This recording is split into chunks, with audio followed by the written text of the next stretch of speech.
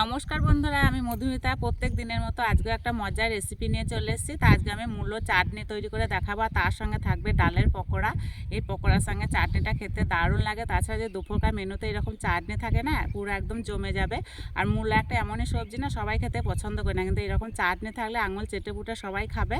আর এই যে জমিতে প্রচুর মূলো লাগানো আছে, আর এই যে মূলোর ফুল, এই মূলোগুলো বড় বড় হয়ে গেছে। এই মূলোগুলো আমি তুলবো না, এগুলো আবার বীজ হবে। আমি ছোট ছোট মূলোগুলো তুলে নেব।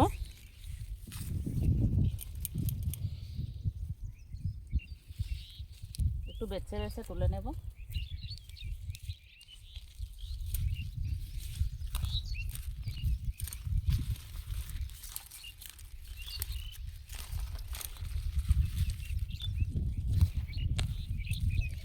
আর এই যে মূলোগুলো ফুল হয়ে গেছে না, এই মূলোতে চাটনিটা বানালে খেতে ভালো লাগবে না, সেই জন্য ছোট ছোটই তুলে নিতে হবে।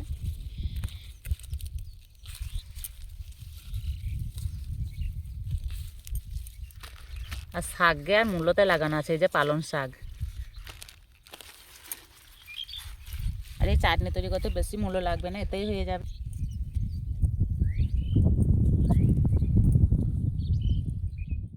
চলে এসেছে রান্নাঘরে, এবার মূলোগুলোকে ছাড়িয়ে কেটে নেব।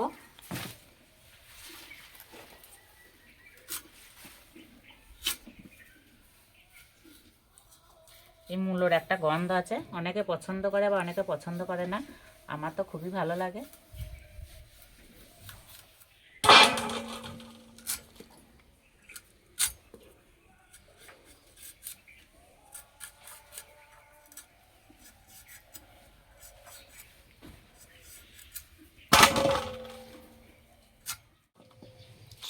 পরিষ্কার করে ধুয়ে নেব।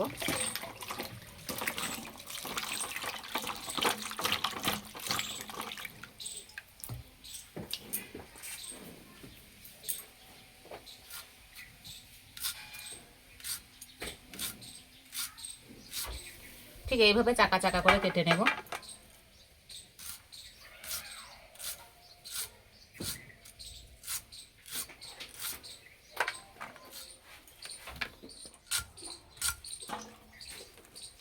এবার উনানটা জ্বেলে নেব। তো প্রথমে আমি ডালের পকোড়ার জন্য গোটা মশলা ভেজে নেব। এখানে নিয়েছি জিরে, মৌরি, ধনে আর শুকনো লঙ্কা। শুকনো কড়াইয়ে দিয়ে দেব।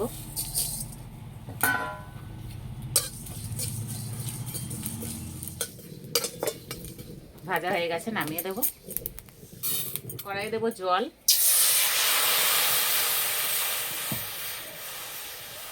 অল্প একটু নুন দেব, কেটে রাখা মূলো দিয়ে দেব।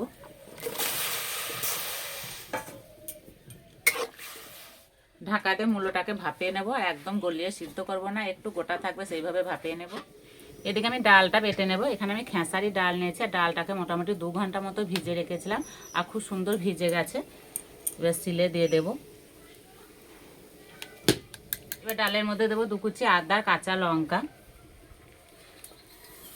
আর দেবো ভাজা মশলাটা। এবার একসঙ্গে বেটে নেব।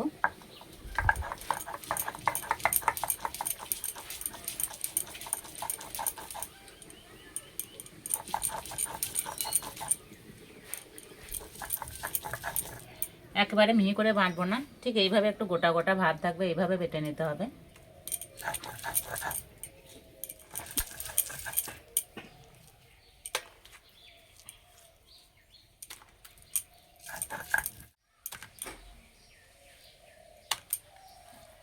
চাপাটা খুলে দেব।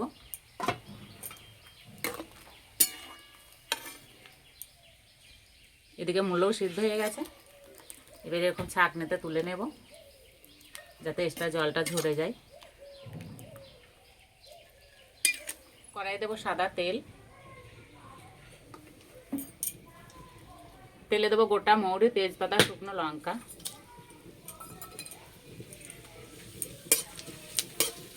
এবার সিদ্ধ করে রাখা মূলো দিয়ে দেবো।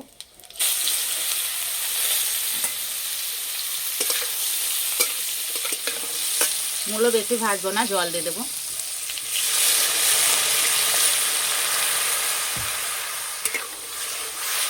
রঙের জন্য দেবো অল্প একটু হলুদ গুঁড়ো, কাশ্মীরি লাল লঙ্কার গুঁড়ো।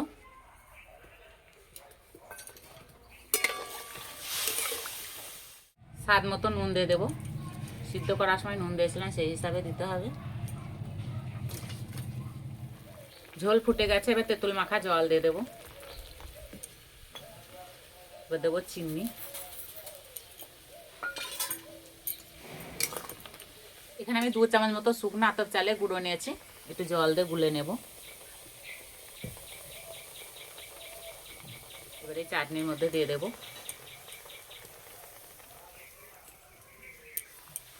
আর 2-1 বার ফুটিয়ে নিলেই হয়ে যাবে।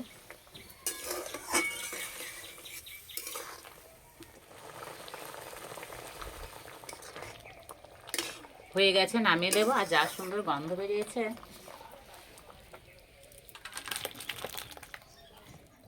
কড়াই পরিষ্কার করে নিয়েছি, পকোড়া ভাজার জন্য কড়াইয়ে সাদা তেল দিয়ে দেবো। এই ডাল বাটার মধ্যে আর কিছু মশলা দেবো না, যেহেতু ভাজা মশলা দেওয়াই আছে। এবার দেবো 2 চামচ বেসন, 2 চামচ চালের গুঁড়ো, স্বাদ মতো নুন, একসঙ্গে ভালো করে মাখিয়ে নেব।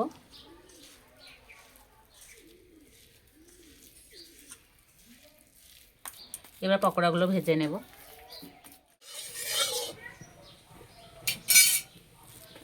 এইভাবে নেব, ছোট ছোট করে দেব।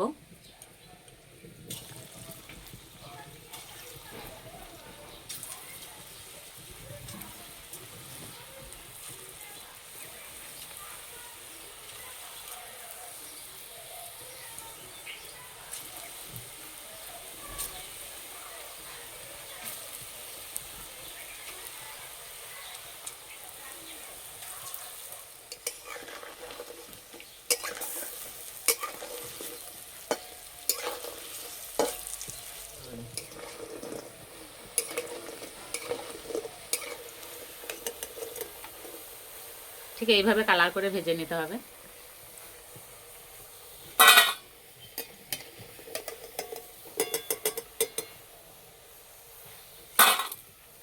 আওয়াজ শুনে বুঝতেই পারছেন কতটা মুচমুচে হয়েছে।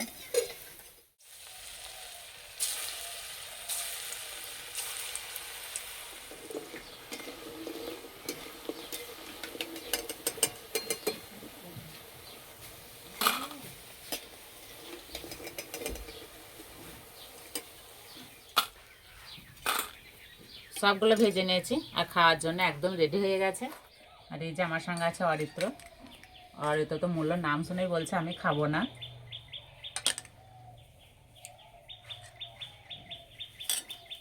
নাও, এ নাও পকোড়া নাও, তুলে তুলে খাও।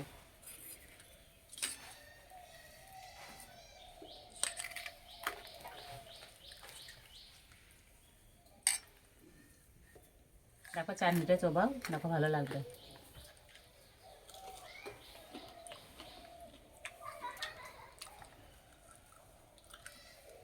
সত্যি বন্ধুরা খেতে দারুণ লাগছে।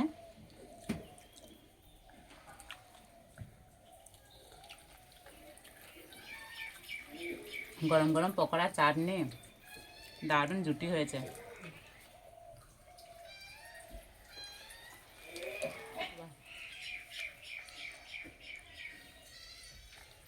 সন্ধ্যায় আড্ডায় যদি এরকম রেসিপি থাকে না, তাহলে পুরো জমে যাবে।